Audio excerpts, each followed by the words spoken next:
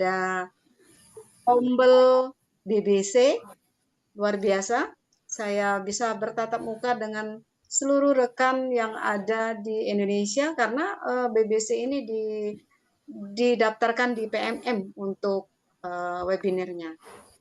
Oke, Bapak Ibu, saya pengen tahu nih bagaimana perasaan Bapak Ibu sebelum mengikuti webinar ini. Di kolom chat, saya mohon Bapak Ibu untuk menuliskan ya di kolom chat. Saya mau Bapak Ibu menuliskan bagaimana perasaan Bapak Ibu saat ini. Mulai dari sekarang, saya hitung 1, oke, 2, siap, oke. Senang, bahagia, terima kasih. 3, sangat menyenangkan. Oke, 4, bahagia, alhamdulillah, senang bisa bergabung Bu dari provinsi yang berbeda. Alhamdulillah, terima kasih untuk Bu Desi. 4, alhamdulillah, senang Bu, luar biasa. 4,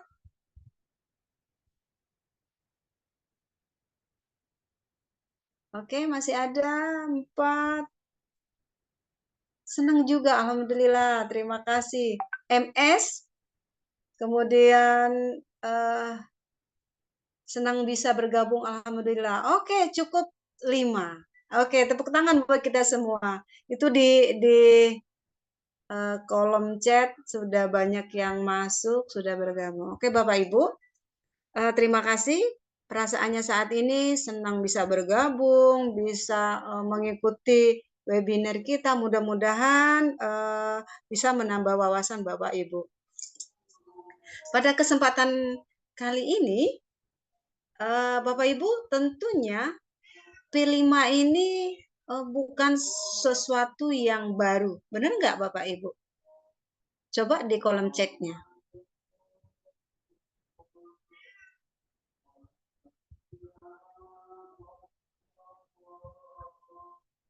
Iya, betul. Marta Marpaung. Oke. Bukan hal yang baru ya, Bu ya. Karena di kurikulum Merdeka, P5 ini sudah berjalan, kalau sudah berjalan 3 tahun kalau tidak salah. Ada yang 4 tahun ya. Nah, yang saya tanyakan sekarang, menurut Bapak Ibu nih, P5 itu seperti apa sih?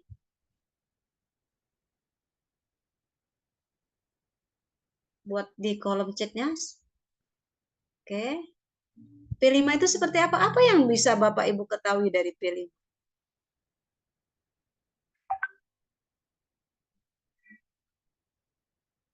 Masih sangat membingungkan pelaksanaannya di sekolah. Oke. Yang lain bagaimana? Coba Bu Arin, ini peserta dibukakan mic-nya ya? Ya Bu, ini kami set biar semua peserta bisa buka mic ya. Oke. Unmute, silakan Bapak Ibu diklik tombol audionya untuk menyampaikan jawabannya. Oke. Oke, baik Bu Marta.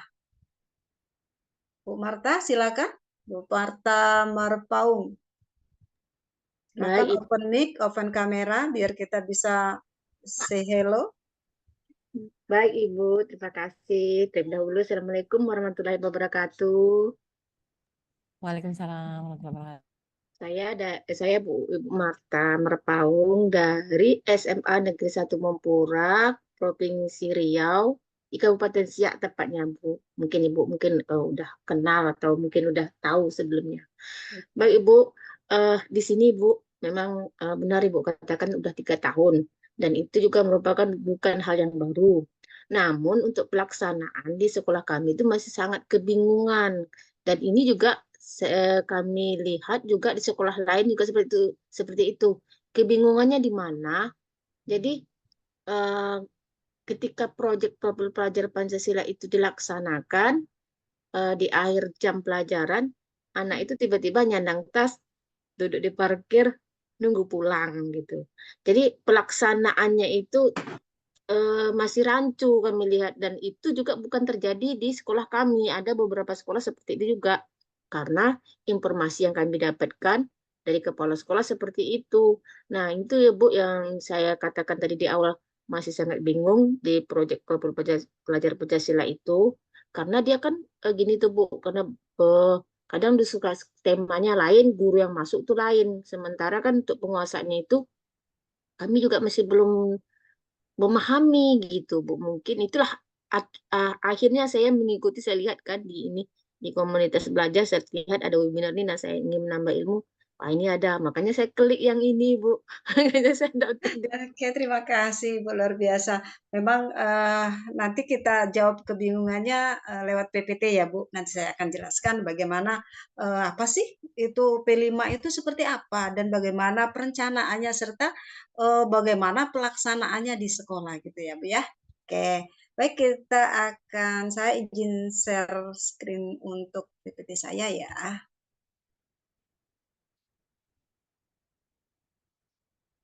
Oke, sudah terlihat Bu?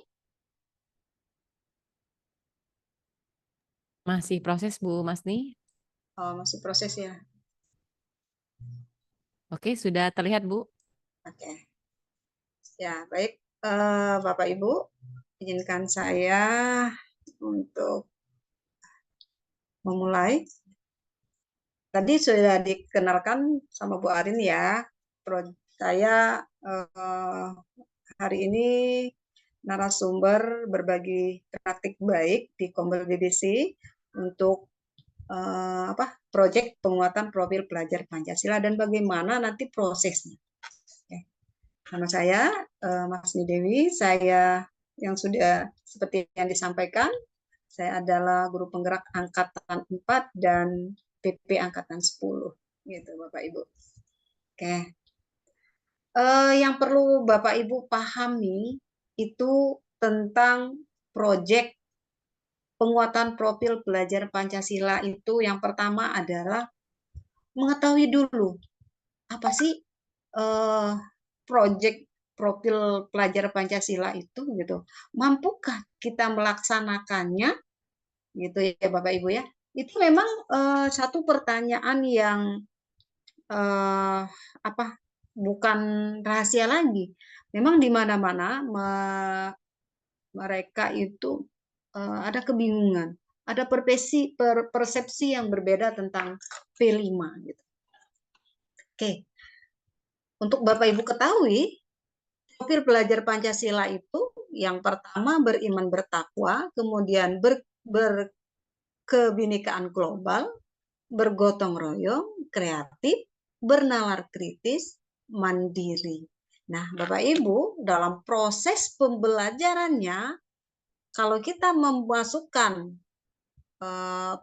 profil pelajar Pancasila ini, Bapak Ibu biasanya nih di dalam proses pembelajaran, apakah semua ini Ibu masukkan dalam proses pembelajarannya? Ada 6 yang harus dikuatkan, begitu nggak Bapak Ibu? Ada yang bisa menanggapi? Atau begini, apakah harus ke-6 profil pelajar Pancasila ini yang harus kita kuatkan karakternya kepada anak, itu harus 6-6-nya itu harus kita kuatkan dalam mata pelajaran kita. Haruskah, Bu? Izin Bu Masni, mungkin tampilan dari PDF-nya kurang di full-kan Bu, full screen Bu. Jadi tampilannya masih masih ada yang tertutupi Bu, bagian atas sama bagian bawah Oh tampilannya. gitu. Nah, Sekarang? mungkin di sana ada klik panah yang itu Bu, panah yang di atas, pojok atas bisa diklik. ujung kanan. Kalau di kami kanan, mungkin di Ibu di sebelah mana ya? Ya. Nah, iya Bu, betul Bu. Panah yang di bawah tadi. Di sebelah gambar roda gigi itu Bu. Roda pengaturan. Nah, Ini udah full. Saya oh, ya screen. kalau Hah? Mungkin ininya kali ya. Di sini tampilannya masih kurang full. Atau Bu Arin yang share screen. Saya stop. Oke, boleh nanti saya bantu share screen Oke, ya. saya stop ya. Ya.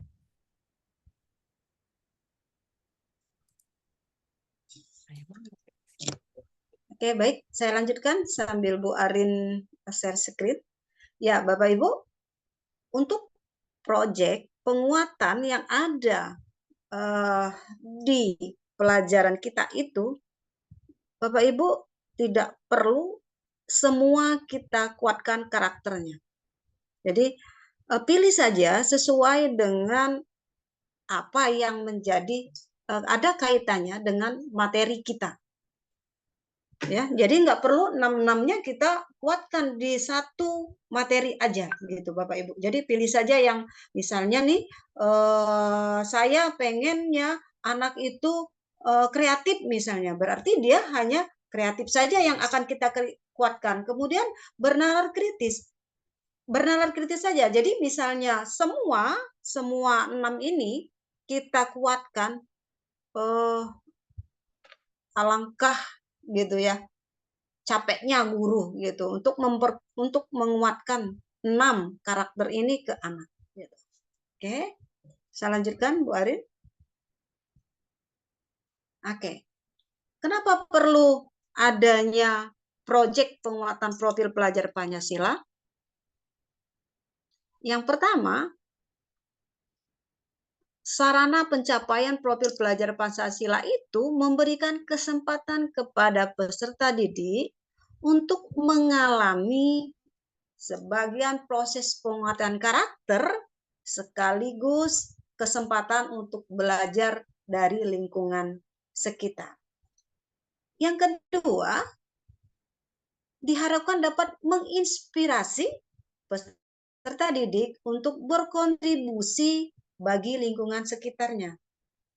Yang ketiga, diharapkan dapat menjadi sarana yang optimal dalam mendorong peserta didik menjadi pelajar sepanjang hayat yang kompeten, berkarakter, berperilaku sesuai dengan nilai-nilai Pancasila.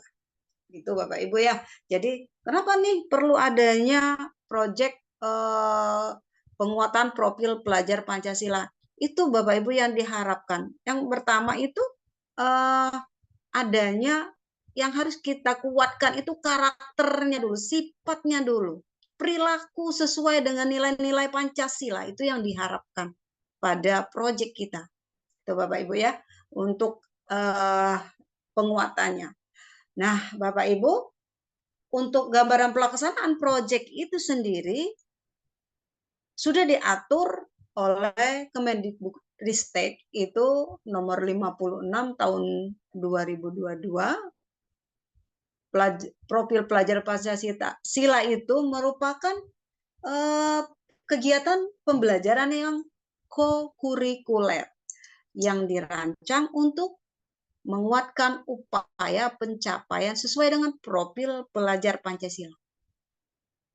Pelaksanaannya pun ya fleksibel, baik dari segi muatan, waktu pelaksanaan, dan jenisnya gitu Bapak Ibu. Jadi untuk pelaksanaannya itu tergantung dengan blok yang sudah dibuat, yang sudah dirancang oleh kurikulum.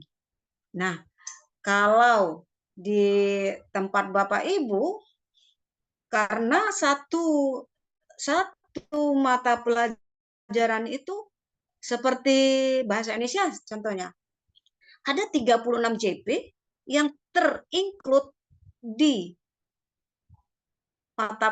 di jam pelajaran kita. Nah, kalau 36 JP itu di-include, dibuat menjadi jadwal blok, maka Bapak Ibu diuntungkan. Bagaimana diuntungkan Bapak Ibu? Bapak Ibu tidak perlu mengajar sesuai dengan 36 JP yang sudah ada di struktur kurikulum. Jika Bapak Ibu, jika diblok oleh kurikulum misalnya 2 minggu atau 1 bulan. Sedangkan kalau kita mengajar dalam 1 minggu, untuk bahasa Indonesia itu ada 4 JP, di 4 JP itu ada 1,2 JP untuk P5. Kalau diblok menjadi 2 minggu berarti Bapak Ibu diuntungkan dong ya. Gitu Bapak Ibu ya. Oke, lanjut Bu Arin. Nah, dalam pelaksanaannya ada prinsip penguatan profil pelajar Pancasila. Yang pertama itu holistik.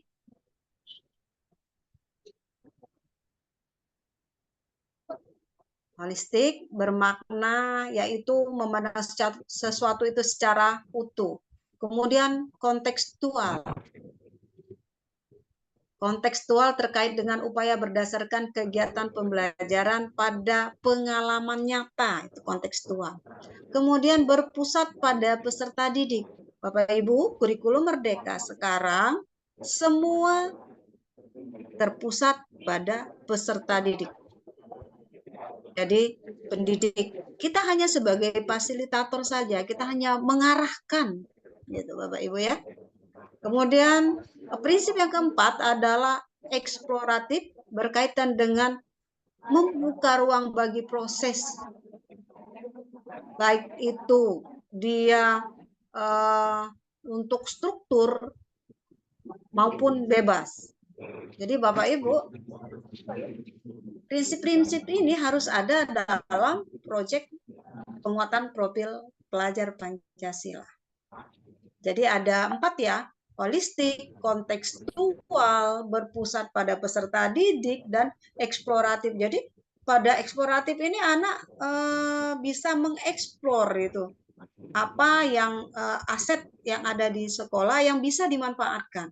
Jadi proyek profil pelajar Pancasila itu dia tidak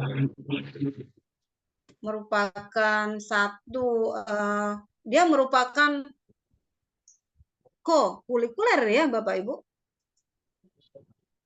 Oke, lanjut slide berikutnya Bu. Oke, nah apa tuh manfaatnya? Ada yang tahu nggak tuh manfaatnya? Bagi satuan pendidikan, kemudian untuk pendidik, untuk peserta didik, gitu Bapak Ibu ya.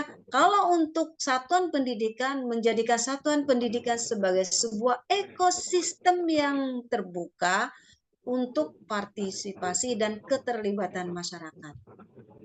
Oke. Yang kedua, menjadi satuan pendidikan sebagai organisasi pembelajaran yang berkontribusi kepada lingkungan dan komunitas di sekitarnya. Untuk pendidik itu ada 3 Bapak Ibu, memberi ruang, kemudian merencanakan proses proyek, kemudian mengembangkan kompetensi. Itu untuk pendidik, untuk kita itu ya. Untuk peserta didik, nih, mengembangkan kompetensi, kemudian mengasah inisiatif dan partisipasi, setelah itu melatih kemampuan pemecahan masalah dalam beragam situasi. Ini Bapak Ibu, manfaat ini yang bisa kita lihat nanti di anak ketika proyek ini sudah jalan. Nanti anak kita biasanya ngasih ide, Ibu, kita bikin ini aja Bu, bikin ini Bu. Nah, tapi sesuaikan dengan modul ajar, kemudian sesuaikan juga dengan tema yang sudah dipilih. Lanjut.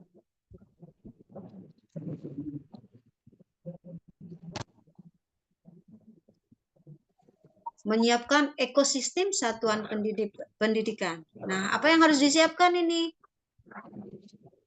Yang pertama itu membangun budaya satuan pendidikan yang mendukung pelaksanaan. Nah, ini yang terkait dengan yang disampaikan oleh keresahan kita. Membangun budaya satuan pendidikan yang mendukung pelaksanaan proyek penguatan profil pelajar Pancasila. Ada 3 hal yang harus kita perhatikan. Yang pertama, berpikir terbuka, senang mempelajari hal-hal baru, dan kolaboratif. Nah, Bapak Ibu, terkait dengan membangun budaya satuan pendidikan ini, memang banyak keresahan kita di sekolah mengenai nanti anggapannya P5 itu tidak penting, bukan satu hal yang penting, ya. Jadi P5 juga gitu, saya nggak perlu mengajar. Nah, Bapak Ibu ingat, sekarang P5 itu, kalau dulu saya di satuan saya SMK, untuk produktif itu sebelum ada peraturan pemerintah yang terbaru, itu di produktif itu tidak ada jam P5-nya, JP di P5. Ternyata sekarang setelah ada pembaruan itu untuk mapel produktif, ternyata sudah ada juga P5-nya. Kalau dulu kita tidak dilibatkan untuk yang produktif, tapi sekarang sudah ada include berapa jam JP-nya dalam 1 minggu untuk P5. Untuk menumbuhkan kolaboratif bagaimana ini? Harapannya itu adalah budaya kolaboratif itu dapat mendorong semangat senang bekerja sama, saling mengapresiasi, saling memberikan dukungan satu sama lain. Lebih jauh, upaya kolaboratif ini juga perlu dilakukan antar berbagai elemen kunci dalam tri sentra pendidikan. Nah, Bapak Ibu, jadi semua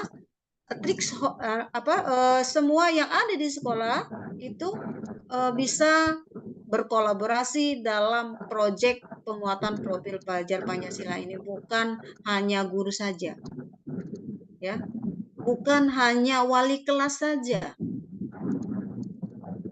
bukan hanya milik guru PKN saja. Semua harus berkolaborasi dalam mensukseskan proyek penguatan profil pelajar Pancasila ini. Dan Bapak Ibu ingat, untuk proyek ini tidak selalu berupa proyek, ya Bapak Ibu ingat itu, karena anak mampu misalnya sesuai dengan tujuan yang kita buat di modul ajarnya, tidak selalu berupa proyek, ya. Oke, lanjut.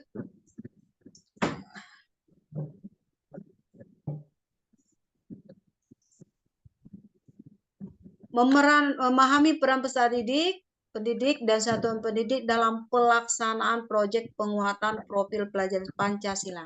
Nah, ini untuk kepala satuan pendidikan. Mengembangkan komunitas praktisi di satuan pendidikan untuk meningkatkan kompetensi pendidik yang berkelanjutan. Kemudian untuk peserta didik, mengasah komitmen untuk mencapai tujuan pembelajaran yang telah disepakati. Kemudian untuk dinas pendidikan, kemudian sebagai fasilitator gurunya memfasilitasi, kemudian komitmen satuan pendidikan itu memberikan dukungan, baik dia berupa dana, kemudian motivasi. Nah, tentunya ini sangat dibutuhkan untuk komite sekolah, ya. Kalau ada komite, kalau tidak ada berarti dia nanti berurusannya ke bendaharanya, gitu ya. Kalau pengawas bina ini dia mempunyai peran mengawasi apakah proyek profil sudah berjalan sesuai dengan yang diharapkan, sesuai dengan modul yang sudah kita susun. Itu peran dari pengawas. Nah, apa sih peran orang tua? Ternyata ada juga peran orang tua. Orang tua itu menjadi sumber belajar yang bermakna bagi peserta didik, dalam melaksanakan kegiatan profil pelajar Pancasila. Ya, super belajar ya. Jadi kalau nanti kita pilih nih proyeknya dengan tema suara demokrasi misalnya. Kemudian apa proyek nanti hasil yang diinginkan? Misalnya adanya kemampuan anak itu dalam berdebat misalnya. Nah, di dalam tujuan pembelajarannya itu. Ya. Sesuaikan dengan tujuan pembelajaran pada modul ajar kita. Oke. Mendorong penguatan kapasitas pendidikan dalam pelaksanaan penguatan profil pelajar Pancasila. Nah, pengembangan kapasitas dapat dibuat secara berseri dan sebaiknya dilaksanakan secara berkelanjutan. Tuh, ini ya, pembelajaran berbasis proyek, kemudian kapasitas pendidikannya itu seperti dalam pembelajaran berbasis proyek gitu ya.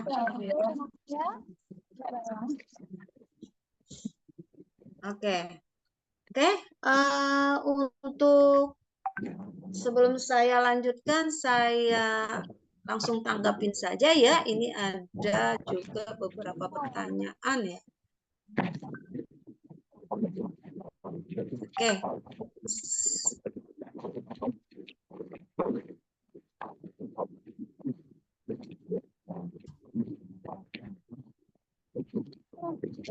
Silakan untuk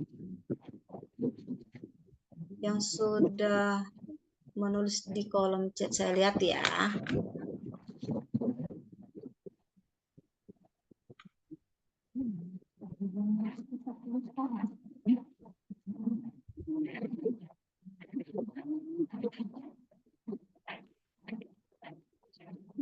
Oke, siapa tadi yang chat ini?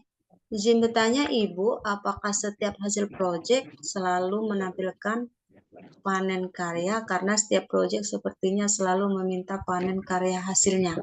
Nah, Bapak Ibu, di chat ada pertanyaan seperti yang saya sebutkan. Kira-kira nih, ada nggak yang mau menanggapin? Silakan. Kalau ada yang mau menanggapin, kita ada raise hand, direction, ya, silakan.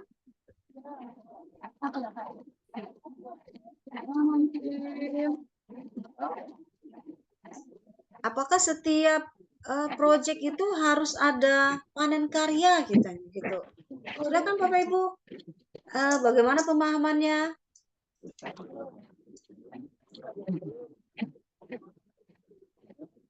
Izin menjawab ya Bu. Tidak. Ada yang mau menanggapi? Saya coba ya Bu Marta. Ya, silakan dengan Ibu. Jadi perkenalkan diri dulu ya Bu ya. Saya Bu Marta Marpaung Bu. Oh siap. Yang kebingungan tadi. Ya, silakan Bu. Menurut saya, jadi untuk hasil proyek itu tidak mesti dilakukan panen karya, karena kan menurut yang saya pahami untuk proyek profil pelajar Pancasila ini yang dimunculkan itu dari proses-prosesnya, gitu, dimensinya apa aja yang akan dimunculkan di sana, misalnya anak bergotong royong, kreatif. Nah itu, jadi kalau seandainya dari proses itu sudah benar dari awal sesuai dengan modul ajar tadi, namun produknya tidak berhasil atau gagal, nah itu tidak jadi masalah. Jadi kalau udah gagal, otomatis panen karya ini tidak bisa dilaksanakan. Contoh misal di kearifan lokal mungkin membuat di daerah saya ini menanam cabai rawit. Nah, prosesnya dilaksanakan. Anak-anak sudah bergotong royong, kemudian kreatif, inovatif. Namun hasilnya ini mungkin karena kemarin ini daerah kami kebanjiran, jadi panen cabai kami tidak berhasil. Nah, jadi kami otomatis tidak bisa memunculkan panen karya yang dimaksudkan oleh Bapak tadi yang bertanya di chat. Nah, kalau berdasarkan harus dipanen karya, otomatis produk profil kerja Pancasila kami gagal. Nah, sama tidak seperti itu yang saya pahami. Itu Bu, terima kasih Bu. Oke, baik. Terima kasih, Bu. Dicatat tuh Bu Arin, Bu Marpaung gitu ya. Oke, terima kasih Bu, luar biasa. Masih ada lagi yang mau menanggapi?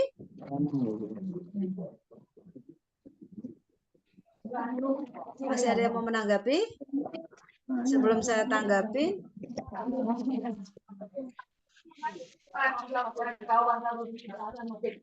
Oke, kalau tidak ada saya langsung tanggapin ya, Bapak Ibu. Oke, untuk apakah proyek P5 itu harus berupa panen raya, gitu ya? Nah, Bapak Ibu, kita sesuaikan dengan tujuan pembelajaran yang ada di modul ajar yang Bapak Ibu buat. Contoh nih, saya pengennya tema saya ini misalnya suara demokrasi. Suara demokrasi itu saya pengennya anak itu yang dikuatkan di profil pelajar Pancasilanya itu saya kuatkan di kreatif. Di kreatif, anak itu membuat kita proyeknya misalnya membuat kotak suara, tapi tidak melulu kita menilai hasil proyeknya. Yang kita nilai itu adalah proses dan penguatan profil pelajar Pancasilanya. Jadi tidak melulu untuk mendapatkan hasil karya. Jadi tidak perlu kita melakukan panen raya itu selalu yang misalnya harus ada satu event benar-benar untuk melakukan panen raya. Kita sesuaikan dengan tujuan pembelajaran yang sudah kita buat di modul ajar. Begitu Bapak Ibu ya. Oke, lanjut Bu Arin.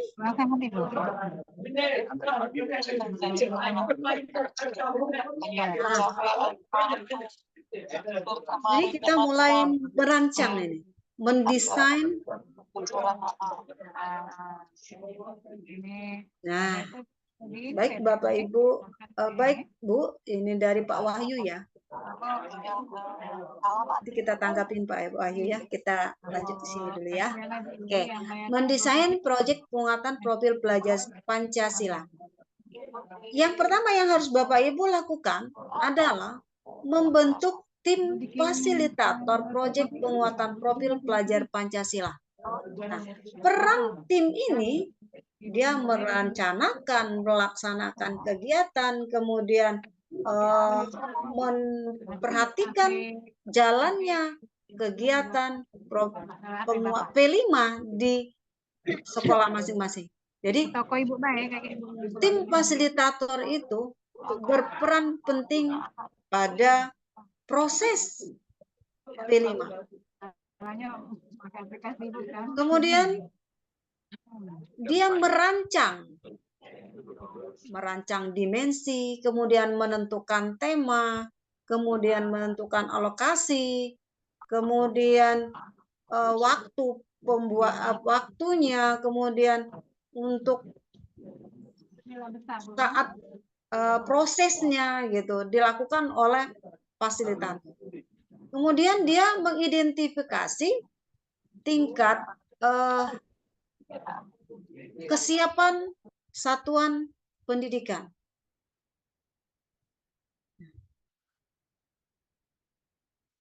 Nah, yang paling nomor satu dia harus menyusun dulu. Menyusun modul proyek setelah ya diadakan kesepakatan dengan tim fasilitator. Jadi Bapak Ibu, kalau kelasnya banyak kan fasilitator ini dia adalah guru yang bertanggung jawab dengan jam pelajaran masing-masing.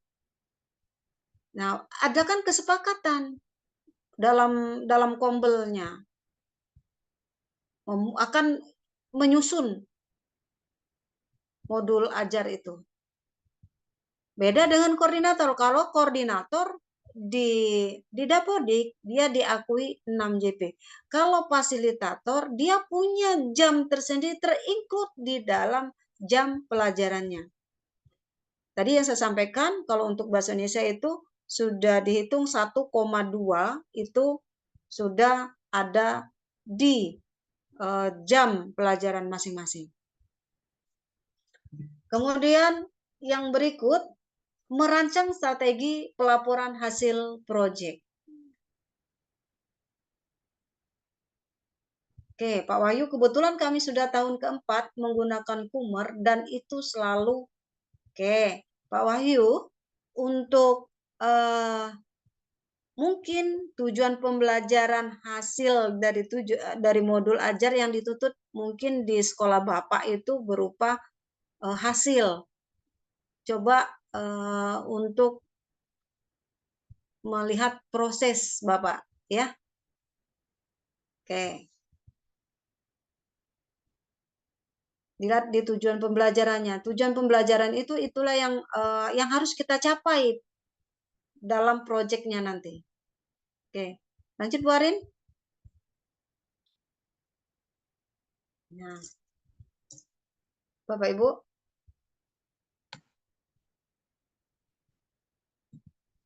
di dalam menyusun modul proyek penguatan profil pelajar Pancasila ada 4. Ini juga seperti modul kita yang vokasi kalau di SMK. Tapi memang kalau saya baca di peraturan terbaru, memang modul ajar itu terdiri dari 4 komponen.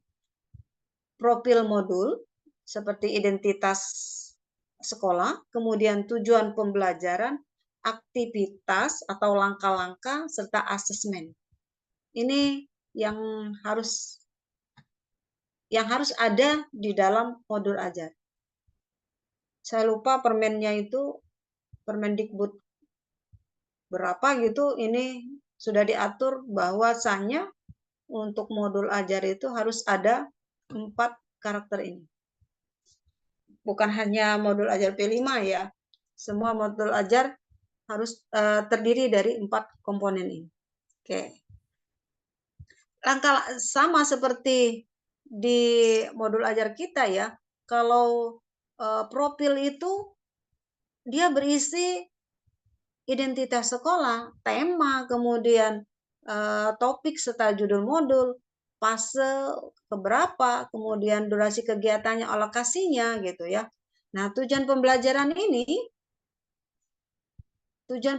ini kita sepakati sebelum membuat modul. Yang berisi apa? Pemetaan dimensi, elemen, sub-elemen, profil pelajar Pancasila dengan yang sudah sesuai dengan tema yang sudah dipilih. Aktivitas nih masuk ke sini, ini adalah langkah-langkahnya. Misalnya pertemuan pertama apa dulu yang kita akan kita bahas di pertemuan pertama, itu masuk ke langkah-langkah. Kemudian instrumen pengelolaan hasil itu masuk ke dalam asesmen, Bapak Ibu ya. Berikutnya Bu Ari. Oke. Nah, Bapak Ibu, tahap pengembangan modul project itu ada 3. Tahap awal, tahap berkembang, kemudian tahap lanjutan. Tahap awal, kita menggunakan modul project yang sudah tersedia, kemudian melakukan adaptasi modul dengan kondisi sekolah kita sendiri. Yang untuk tahap berkembang itu, kita sudah mulai menggunakan produk modul project yang sudah tersedia, kemudian kita ambil, kita ATM, kita modifikasi, kemudian kita jadikan untuk kita modifikasi di berbagai modul, baik dia topik, tujuan, aktivitas, maupun asesmennya. Serta kita yang paling penting itu yang harus kita perhatikan itu adalah sesuai dengan kondisi sekolah Bapak Ibu masing-masing.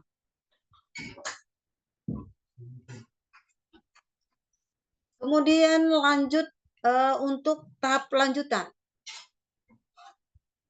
Kalau tahap lanjutan ini lebih kita membuat ya, merancang modul, kemudian melakukan penyusunan modul, mulai dari tahapan menentukan tema, tujuan, kemudian langkah-langkah aktivitas, serta membuat sendiri secara mandiri asesmen yang akan kita lakukan dalam modul project. Itu Bapak Ibu ya. Jadi kalau kita membuat modul project itu ada 3 tahapan. Tahapan awal, kita menggunakan modul yang sudah ada, kemudian mengadaptasi. Tahapan yang berkembang itu adalah menggunakan modul dan kita meng-ATM gitu. Bapak Ibu banyak sekali modul ajar itu, modul P5 itu di PMM ya. Kalau kita mau modifikasi berarti kita termasuk ke dalam tahap berkembang. Kalau kita sudah menentukan sendiri, membuat sendiri modul ajar yang sudah kita tentukan temanya, maka kita masuk ke dalam tahap lanjutan. Gitu Bapak Ibu ya. Oke, lanjut.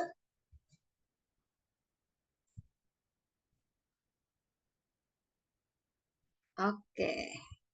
Nih, apa yang harus kita siapkan untuk membuat modul project profil pelajar Pancasila? Yang pertama itu yang kita lakukan adalah mengidentifikasi dan memetakan kondisi serta kebutuhan peserta didik. Yang kedua, menentukan perancangan modul berdasarkan tahap kesiapan satuan pendidikan. Yang berikutnya adalah mengadaptasi atau memodifikasi modul yang sudah tersedia. Nih yang saya sampaikan tadi, di PMM itu banyak sekali modul P5. Kemudian kita akan merancang secara mandiri, mengidentifikasi dan memodifikasi serta menyelaraskan modul. Berikutnya menyusun tujuan, merancang asesmen, dan mengembangkan aktivitas secara mandiri. Ini kalau kita sudah termasuk ke dalam yang tadi tahapan mandiri Bapak Ibu ya. Sudah menentukan tema, sudah menentukan tujuan yang akan kita capai di modul itu. Nah, setelah itu kita membuat langkah-langkah sendiri, maka kita masuk ke dalam golongan yang ketiga tadi Bapak Ibu, sudah mandiri.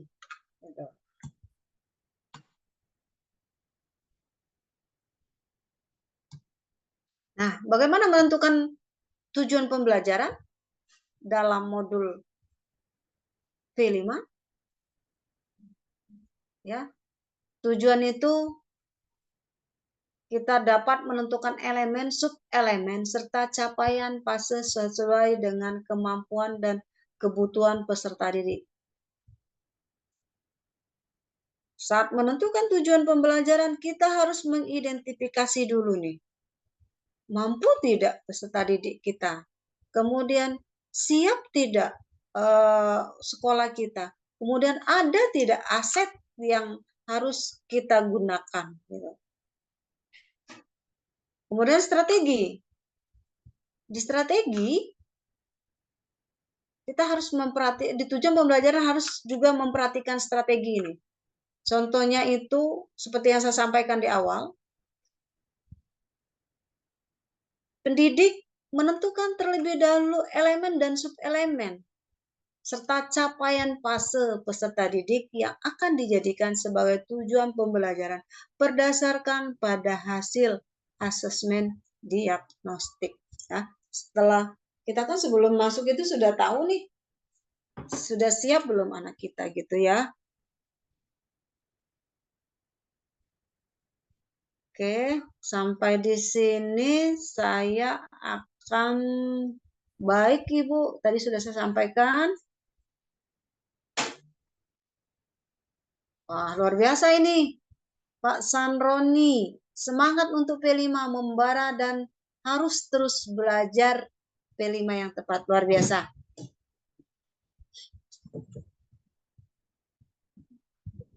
Oke. Nah, Bapak Ibu, di sini kita sudah ada yang tahu nih berapa tema di kolom chat ya. Berapa tema P5 yang terbaru berdasarkan Beskap terbaru. Coba di kolom chat.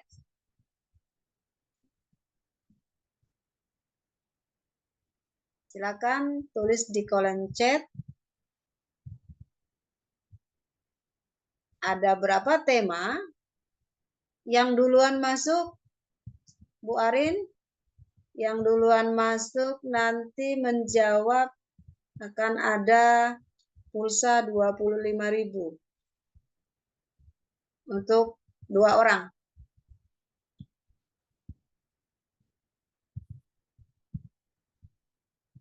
Silakan di kolom chat.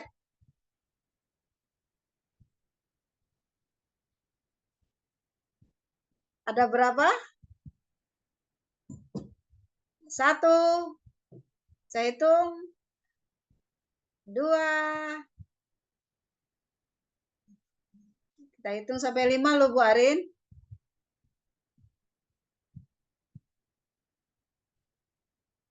3.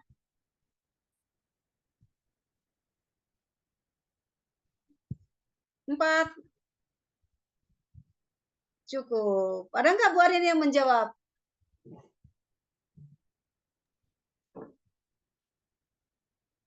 Nah, Bu Sukma baru masuk Bu Arin.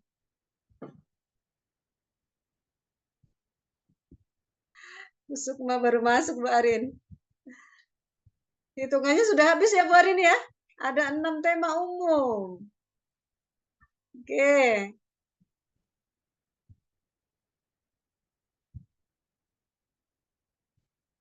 Oke, nanti Bu Arin yang menentukan siapa ya dua orang pemenang untuk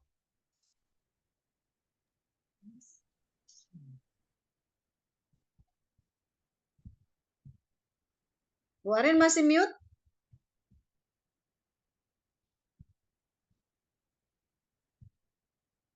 Halo Bu Arin.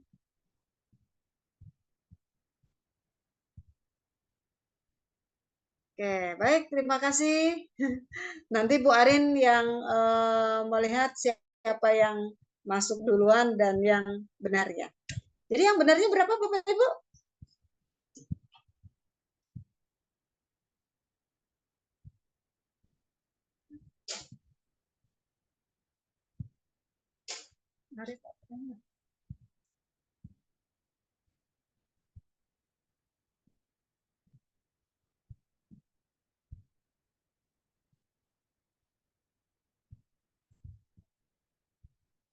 Oke, Bu Agustin 7.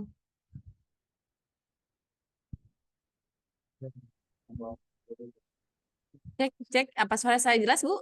Iya, Bah. Ada masalah teknis, kendala teknis, sorry. Gimana Bu Mas nih? Apa karena jawabannya sudah di luar waktu, nanti Bu lempar pertanyaan selanjutnya? Oke, nanti kita lempar pertanyaan selanjutnya ya. Tadi udah ketutup ya, udah 5 ya. Karena sudah lewat waktu. Bapak Ibu siap-siap ya, Bu Mas nanti akan melempar 2 pertanyaan. Silakan nanti langsung dijawab di kolom chat atau nanti boleh raise hand ya Bu Mas ya. Ya, boleh. Siapa yang duluan raise hand ya, Bu Arin ya? Ya, oke. Silakan dilanjutkan. Oke, kita lanjut. Untuk Bapak Ibu sudah tahu dimensi itu terdiri dari subdimensi, elemen, ya. Apalagi Bapak Ibu?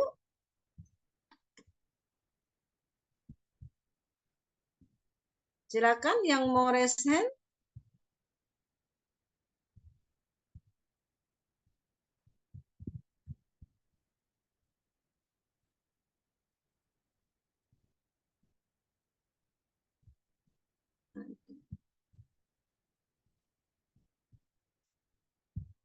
Subelemen. Oke, subelemen. Dimensi itu terdiri dari subelemen. Betul. Kemudian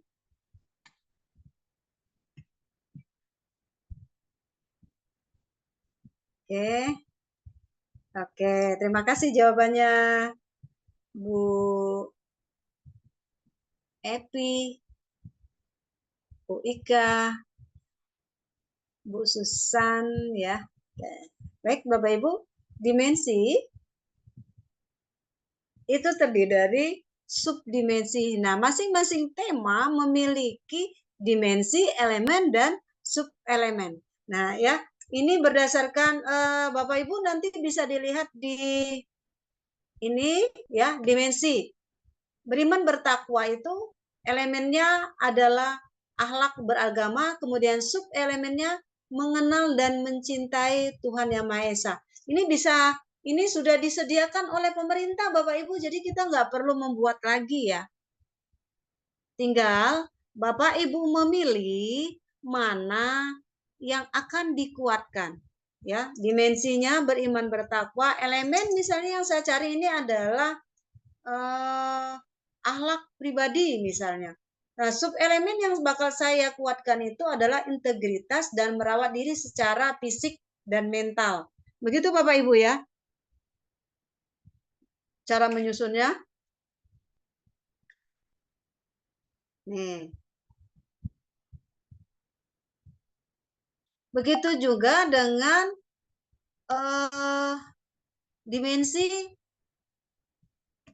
berkebinekaan global Bapak Ibu. Ini semuanya sudah diberikan pemerintah untuk kita. Jadi kita tinggal mencocokkan dan menentukan mau dimensi mana, kemudian elemen mana, kemudian sub mana yang akan kita kuatkan dalam proses pembelajaran kepada anak.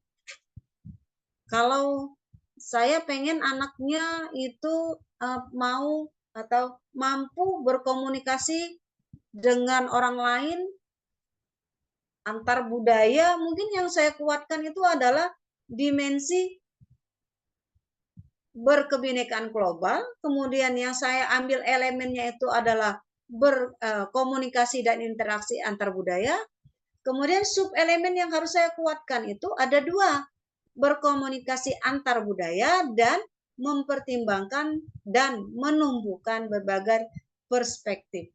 Nah, yang ini yang akan saya kuatkan. Saya masukkan dalam tujuan pembelajaran saya. Gitu ya Bapak Ibu. Ya, lanjut Bu. Ini dimensi pemetaannya nggak usah. Ini sama seperti tadi. Lanjutan. Nah, strategi. Bapak Ibu dalam menentukan subelemen itu punya strateginya. Strateginya apa saja nih? Yang pertama yang kita lakukan adalah kita melakukan asesmen awal dulu, pra-asesmen. Apa saja yang dilakukan? Nah, sebelum pada awal kita merancang proyek itu harus menyesuaikan dengan pemilihan dimensi yang sudah saya sampaikan di awal, ya.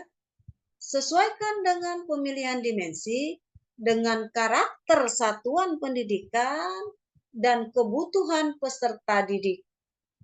Itu strateginya. Ya, secara spesifik itu asesmen awal itu dilakukan pendidik untuk mengidentifikasi elemen dan subelemen yang akan dipilih itu sesuai atau tidak dengan kebutuhan peserta didik, kemudian sesuai dengan karakter satuan pendidik. Contoh, ya Bapak Ibu, kalau saya akan memilih tema terbaru, misalnya hidup berkelanjutan itu, tetapi di lingkungan saya itu tidak ada yang bisa saya manfaatkan untuk membuat proyek itu, maka tidak usah dipilih Bapak Ibu. Cari yang sesuai dengan kondisi dan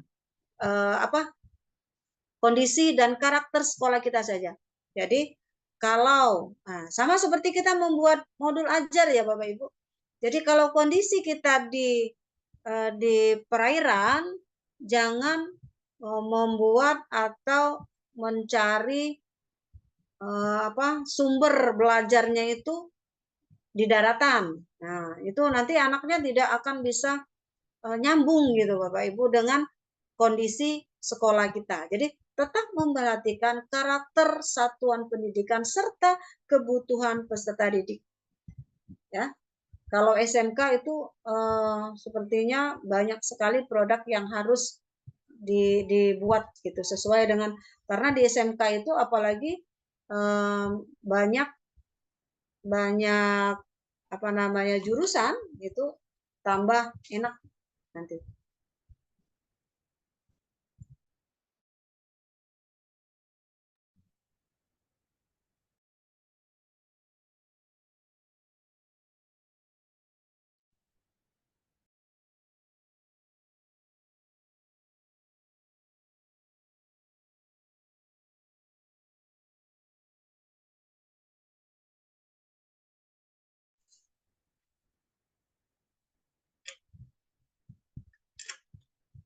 Nah, sekarang kita lanjutkan merancang rubrik pencapaian.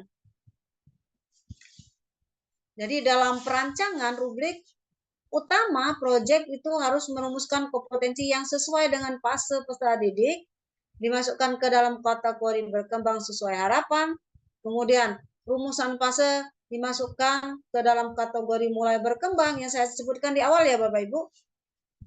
Jadi kalau kita mulai berkembang seperti apa, kemudian sesuai harapan itu seperti apa, kemudian sudah mulai berkembang dan sedang berkembang gitu Bapak Ibu ya.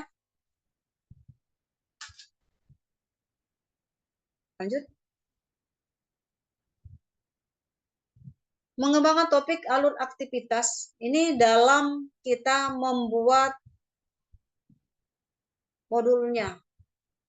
Pengembangan topik proyeknya itu ya Bu, kita harus memiliki keleluasaan untuk mengembangkan topik, kemudian disepakati bersama untuk topik proyeknya itu kita sepakati, melihat juga dengan kondisi sekolah, melihat juga dengan kemampuan peserta didik. Ini contoh pengembangan topik jenjang sekolah dasar hingga menengah. Temanya itu kebekerjaan. Kalau di SMK itu tema ini adalah tema yang wajib. Nah, ini fokusnya yang dikuatkan harus adalah kreatif. Yang kita kuatkan itu temanya itu menyiapkan diri untuk memasuki dunia kerja.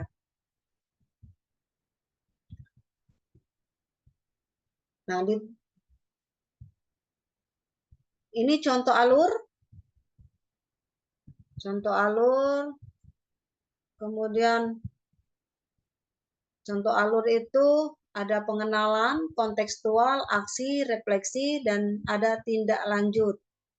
Nih, saya rasa yang sudah melaksanakan kurikulum Merdeka tentunya sudah tidak lagi sudah familiar dengan hal-hal ini ya. Oke, lanjut Bu. Nah, ini asesmen. Asesmen juga berperan penting dalam kita membuat modul P5. Karena untuk yang sudah saya sampaikan di awal, modul itu dia harus punya 4 yang wajib. Yang lain itu boleh sebagai lampiran. Jadi dia harus ada identitas, kemudian ada tujuan pembelajaran, kemudian ada langkah-langkah, ada aktivitasnya, kemudian ada asesmen.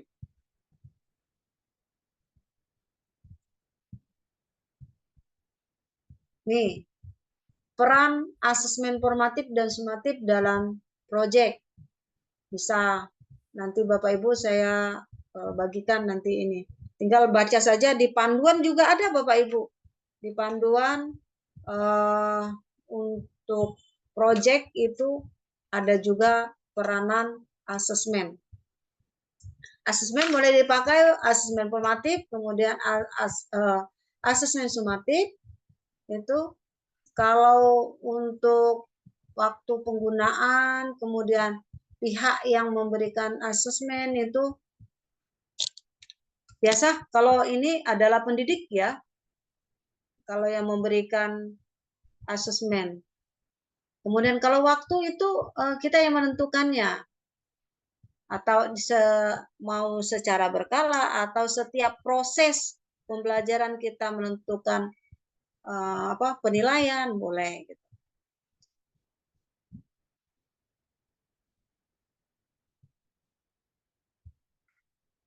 Lanjut, ini ya, nih untuk peserta didik nih, ini sudah ada nih manfaat untuk peserta didik memahami performa di awal dan sepanjang proyek profil. Jadi kalau kita ini peranan bagi anak didik, gitu. Jadi peranan asesmen formatif dan sumatif dalam proyek itu untuk anak didik membantu peserta didik memperbaiki dan mengembangkan diri, membantu peserta didik mendapatkan hasil belajar yang lebih baik dalam asesmen sumatif di akhir, kemudian mengoptimalkan dampak proyek profil pelajar Pancasila. Kemudian manfaat untuk asesmen sumatif bagi peserta didik itu memahami apakah peserta didik itu sudah layak atau sudah berkembang gitu ya, itu diketahui. Nah kemudian untuk rubriknya pun tuntunannya sudah banyak Bapak Ibu. Ini contoh modul project ya, tema kebekerjaan, topiknya, kemudian total waktu JP-nya. Nah ini dimensi yang dipilih tadi.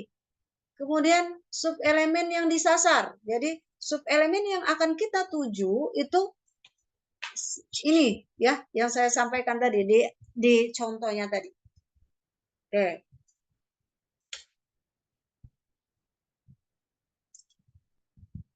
Ini tahapan-tahapan. Ini contohnya. Oke, Bapak Ibu. Terakhir terima kasih. Oke. Ya, Bapak Ibu. Untuk penyusunan modul ajar, jangan Bapak Ibu menyusunnya sendiri. Di sekolah kita itu kan kita ada pasil, kemudian ada koordinator. Nah, koordinator P5 itu bertugas untuk mengajak pasil merencanakan proyek apa, kemudian tema apa, baru akan dituangkan dalam modul ajar. Begitu Bapak Ibu ya. Mungkin paparannya cukup sampai di situ Bu Arin. Ya, Bu Masti. Oke. Kita buka sesi pertanyaan ya Bu ya. Wah. Ya, Bapak Ibu, tadi Bu Masti sudah menjelaskan secara runut dan detail mengenai materi P5 dari perencanaan sampai ke assessment. Silakan Bapak Ibu yang ingin memberikan pertanyaan bisa langsung raise hand atau dengan menuliskan pertanyaannya di kolom chat.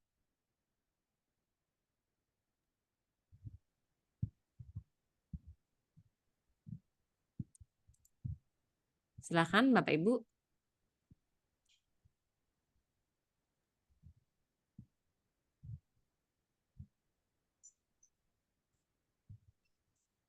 Maaf Ibu, tombol raise hand saya nggak muncul. Kemudian mau chat saya juga nggak bisa. Oh ya, Jadi silakan Bu, langsung aja. Dengan siapa Bu? saya Bu Marta Bu, Ibu masih Bu Marta. Marta. Oh ya, masih Bu Marta. Terima kasih Bu Marta, tetap setia dari awal sampai di akhir BIMTEK ini. Silakan Bu Marta, pertanyaannya. Terima kasih Ibu. Ibu mau menanyakan dengan Ibu narasumber ini tentang masih galau juga Bu tentang P5 ini. Itu eh, kenyataannya mungkin kami mungkin agak rancu atau mungkin belum paham tentang penyusunan modul itu di sekolah kami. Yang tadi kan saya mendengar Ibu mengatakan bahwasanya tadi dalam menyusunnya jadi jangan sendiri, harus ada fasil gitu kan ya Bu ya. Harus ada koordinator gitu. Nah, untuk mendudukkan yang ini nih sebenarnya Bu siapa ya Bu ya supaya jangan rancu. Nah, kalau yang ada di sekolah kami itu yang koordinator tuh cuma dia mengumpulkan modul gitu dari macam-macam produk mana dikumpulkan cuma gitu aja. Cuman mereka mungkin tadi yang saya tangkap Ibu duduk bersama tadi kan mendiskusikan. Nah, yang ini nih belum muncul gitu, Bu. Nah, ini nih bagaimana caranya untuk mengatasi hal ini supaya muncul gitu. Karena mungkin saya mau bertanya dengan siapa fasilitator ini siapa gitu, apa saja kerjanya dan siapa. Kemudian tadi koordinator apa saja pekerjaannya gitu kan Bu ya. Kemudian kan kalau saya sendiri itu kan guru bidang studi. Guru bidang studi nanti dikasih tadi ini project mengenai ini udah turun ke lapangan nanti buatlah modul apa yang mau disampaikan. Nah, itu Ibu sekarang Bu yang membuat kami agak kebingungan itu bekerja sendiri. Kemudian kan dibebankan lagi dengan eh, apa namanya mata pelajaran dan bidang studi kami masing-masing. P5 juga ditekankan. Kami harus memahamkan juga anak tentang materi kami bidang studi. Yang ini kami disuruh buat modul lagi sementara kami kan tidak tahu gitu. Nah, inilah yang membuat kami kebingungan. Nah, ini mohon saran dari Ibu, kira-kira saya ini harusnya seperti apa supaya terprogram gitu sehingga anak ini begitu masuk nggak kebingungan, gurunya pun nggak kebingungan gitu Bu. Terima kasih Bu. Nah, terima kasih Bu atas pertanyaannya. Silakan Bu Marni, Bu Masni, maaf. Silakan untuk dijawab dari pertanyaan ya rekan guru kita luar biasa yang dari Sumatera Barat ya. Iya, dari pesisir. Iya, silakan Bu Terima Masni. Bukan kasih. Ibu, saya Iya. dari Riau Ibu. Oh, Baik. dari Riau ya, yang dari Riau. Oh iya, Iya, dari iya. Rio ya, bukan. Oke, Iya, baik Bu Marta, terima kasih. Pertanyaannya keren sekali Bu. Jadi modul ajar itu, ya siapa sih yang berwenang untuk mengumpulkan gitu ya, ibaratnya gitu. Nah, Bapak Ibu kan punya komunitas nih, komunitas belajar. Punya nggak Bapak Ibu? Punya Bu. Punya. Di sekolah itu pasti punya komunitas belajar. Nah, di kesempatan komunitas itu kita manfaatkan untuk berdiskusi, berkolaborasi, membuat modul ajar. Nah, siapa yang berwenang untuk mengumpulkannya itu? Boleh ketua komunitas, boleh wakil kurikulumnya gitu Bapak Ibu, boleh juga kepala sekolah. Boleh kita sampaikan, nih, saya punya nih atasan saya, misalnya ketua komunitas saya sampaikan ke ketua komunitas, kita mau membahas sebagai pasil, kita mau membahas bagaimana keterlibatan di mata pelajaran misalnya bahasa Indonesia pada proyek misalnya apa tadi temanya kebekerjaan ya, temanya kebekerjaan. Nah, sumbanglah tujuan pembelajaran yang harus dicapai oleh mata pelajaran bahasa Indonesia dalam modul ajarnya gitu Bapak Ibu. Contoh di kebekerjaan itu peserta didik setelah fase, sekarang nggak ada lagi ya Bu, setelah di akhir fase langsung mampu menulis surat lamaran kerja, contoh gitu. Nah, itu sudah ada satu tujuan pembelajaran yang harus dicapai peserta didik untuk tema kebekerjaan. Jadi itu yang kita kuatkan Bapak Ibu. Jadi di situ kita ajarkan bagaimana menulis surat lamaran kerja yang benar, kemudian bagaimana penulisan huruf besarnya, huruf kecilnya, gitu Bapak Ibu. Bagaimana menulis surat lamaran kerja itu serapi mungkin agar bisa dipakai dia nanti pada waktu setelah menyelesaikan sekolah gitu ya Bapak Ibu. Nah, begitu juga dengan mata pelajaran yang lain Bapak Ibu. Makanya di dalam komunitas itu bahas bersama. Adakan rapat, kalau kita ada rapat kecil dulu, koordinator P5, rapat kecil, mereka menentukan tujuan tema yang akan dibahas pada semester ini. Kalau di SMK itu ada 3, Bapak Ibu. Yang satu wajib, ya. Nah, mereka boleh memilih 2 di semester ini, 1 di semester depan, gitu Bu, Bapak. Saya nggak tahu kalau di SMA ya, Bapak Ibu. Di SMA, di SD, apa ada yang wajib juga atau bagaimana? Belum tahu saya, Bapak Ibu. Saya nggak, karena saya hanya fokus ke SMA saja kemarin, SMK, jadi saya dapat seperti itu. Nah, di dalam komunitas itu dibahas Bapak Ibu. Saya nih pada tema kebekerjaan tadi, sumbanglah tujuan pembelajaran yang akan dicapai setiap mata pelajaran. Tentukan produknya, Bapak Ibu. Begitu Bapak Ibu. Misalnya tidak dapat tapi tidak seluruh. Nah, seperti saya sampaikan pelajaran saya tadi, saya tidak perlu produk ya. Saya hanya butuh anak itu mampu menulis. Dia sudah melihat kita di asesmennya, dia sudah menulis benar untuk tata bahasanya, untuk huruf besar, huruf kecilnya, itu sudah salah satu penilaiannya gitu Bapak Ibu. Jadi tidak semua mata pelajaran itu saya bahasa Indonesia misalnya, saya membuat produk sendiri bahasa Indonesia gitu Bapak Ibu. Nanti yang di matematika membuat sendiri gitu Bapak. Jadi sumbang saja beberapa tujuan pembelajaran yang akan dicapai, kemudian buat sama-sama, susun sama-sama modulnya gitu Bapak Ibu ya. Bisa dipahami? Bisa diterima Bu? Baik Ibu, terima kasih Ibu atas bantuannya dan pencerahannya. Jadi di komunitasnya Bu ya, komunitasnya dibangun, digerakkan gitu. Sekarang kan lebih ke komunitas Bu. Jadi bisa berkolaborasi dengan yang lain.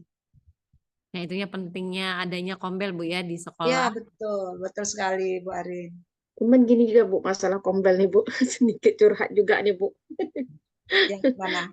Kombelnya agak susah bergerak, karena kan produk-produknya produk nanti kalau diajak untuk diskusi, membicarakan hal-hal yang baru, salah satu contohnya mungkin untuk mendudukkan masalah proyek pelajar Pancasila. Nanti teman-temannya lain tuh pada sibuk gitu, yang mau pulang-pulang gitu kan agak-agak susah gitu. Untuk bergerak itu mungkin ya susah lah Bu kalau sendiri gitu. Nah itu makanya saya itu kebingungannya itu juga di situ mau belajar dengan siapa gitu. Itu Berarti Bu. Bu Marta deh yang harus menggerakkannya. Jadi Iya, provokatornya gitu Bu Arin ya. Jadi motor penggeraknya itu. iya, Kombelnya harus digerakkan gitu. Enggak iya apa-apa ini Bu. Bu.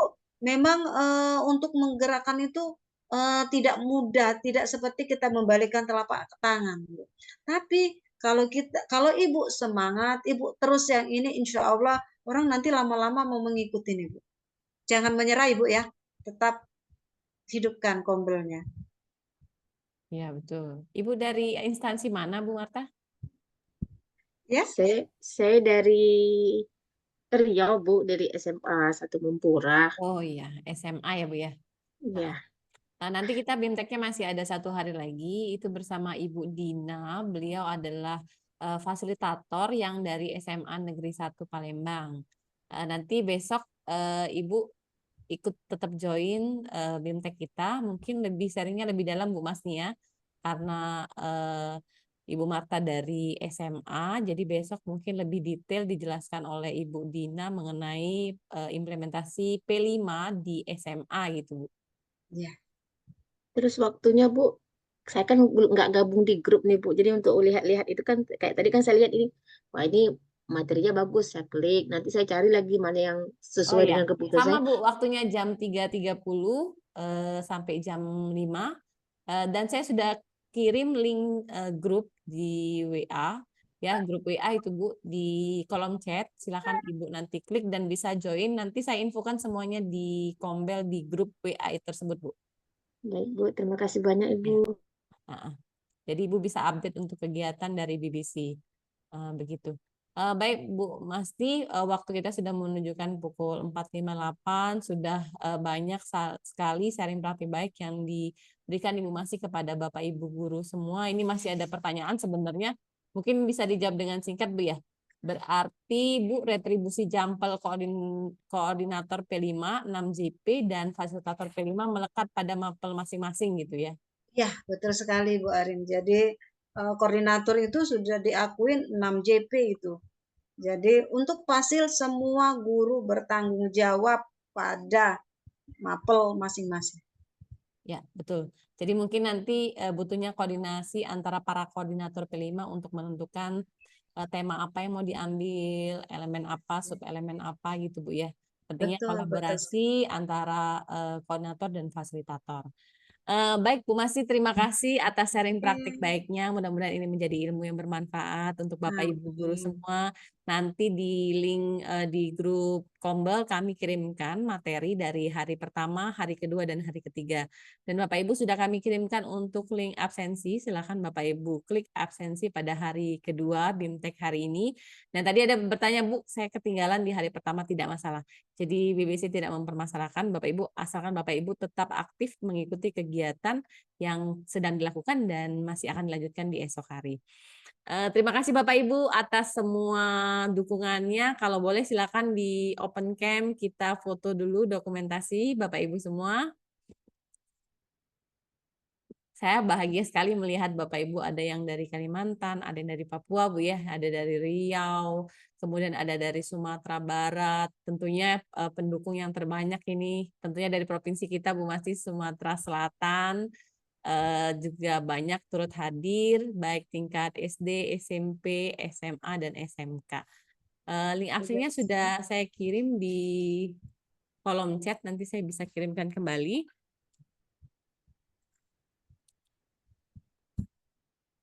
Oke. Bu Arin tadi nggak ada yang dapat ya jadinya ya. Iya. Wah, sayang sekali Bu Arin ya. Iya Bu ya, karena waktunya tadi sudah lewat. Ya, Atau sekarang aja Bu. sekarang boleh. Nah, silakan Bu siap-siap ya Bapak Ibu, terutama yang lagi buka open cam. Silakan Ya, langsung jawab aja, bisa langsung raise hand jawab atau langsung di kolom chat. Ini ada hadiah menarik pulsa. Jangan dilihat dari nominalnya, tapi dilihat dari ketulusannya ya Bapak Ibu ya. oke. Silakan Bapak Ibu siap-siap untuk menjawab di kolom chat. Silakan Bu Masih pertanyaannya. Oke. Pertanyaannya gampang. Apa tugasnya fasilitator yang utama? Silakan Tadi Bapak sudah Ibu saya sampaikan. raise hand. Jangan takut salah, tidak masalah. Yang penting kita diskusi, berkomunikasi. Oke.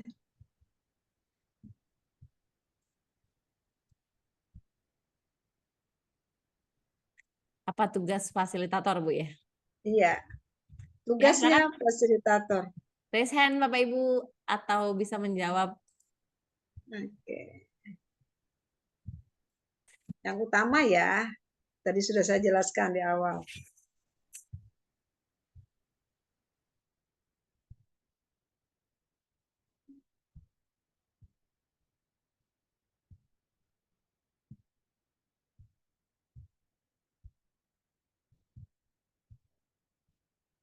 Oke. Itu ada yang jawab Bu, Franciscus Aan, yang mana? Tolong Bapak ya. Memfasilitasi dan membina serta membimbing. Gimana ya? Itu mungkin tugas umum semua fasilitator kita sebagai guru ya Bu ya. Iya. Ya. Oke. Lebih mengerucut Pak Franciscus, untuk fasilitator P5 Pak. Membuat proses menjadi mudah. Oke. Apa nih? Lanjut. Lanjut, ayo Bapak Ibu di Ayo, chat aja di Bapak kolom Ibu. chat. Dua pemenang ya. Buat proses menjadi mudah.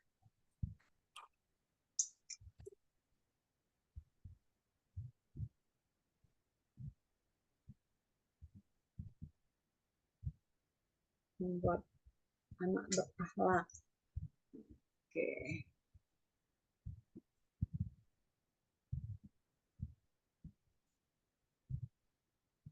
Membimbing. Oke. Masih kita tunggu Bu Arin. Apa dihitung aja lagi? Mungkin pertanyaannya diganti kali Bu ya. Oh gitu, oke. Oke kalau gitu. Pertanyaannya gampang. Apa nama kombel yang sedang Bapak Ibu ikutin webinar hari ini? Silakan Bapak Ibu, itu pertanyaan yang sangat mudah. Silakan dijawab langsung. Langsung BBC. Benar nggak tuh? Kalau tulisannya salah berarti salah itu Bu Arin. Iya. Bu Arin, siapa yang masuk silakan nanti dilihat sama handphonenya nanti sama Bu Arin ya. Ya. Ya, oke. Oke. Silakan Bapak Ibu, pertanyaannya mudah. Kombel apa ini? Kalau nyebutnya kombel BBC, apa BBC-nya Bapak Ibu? Akronimnya apa? Sama mungkin satu pertanyaan dari saya Bu Mas nih. Ya. Ini sederhana nih, gampang nih. Bapak Ibu, apa akronim dari P5? Silakan Bapak Ibu. Bisa langsung raise hand atau di kolom chat. Ya. P5 Bapak Ibu. Kita lihat siapa yang masuk duluan aja Bu Arin ya. Ya. Nah, ini sepertinya yang jawab BBC ada, tapi masih yang salah lebih ya. lengkap, yang lebih lengkap itu yang jawab tuh yang pertama kali. Ini ada tapi salah itunya Bu Arin. Oke, ini yang jawab tadi Nah, BBC-nya dari awal Ibu Sri Wahyuni, tapi belum menjelaskan akronimnya. Kemudian ada Bu Else, Binary Blend Community, betul. Dan pertanyaan saya tadi Bu ya, apa ya. P5 Bu? Yang menjawab pertama kali ini sepertinya Ibu Oktri ya, Proyek Penguatan Profil Pelajar Pancasila. Tapi tulisannya salah Bu Arin. Oh salah Bu ya? Iya. Oke, jadi yang mana nih Bu? Penulisannya salah. Penulisannya salah ini. Hurufnya salah.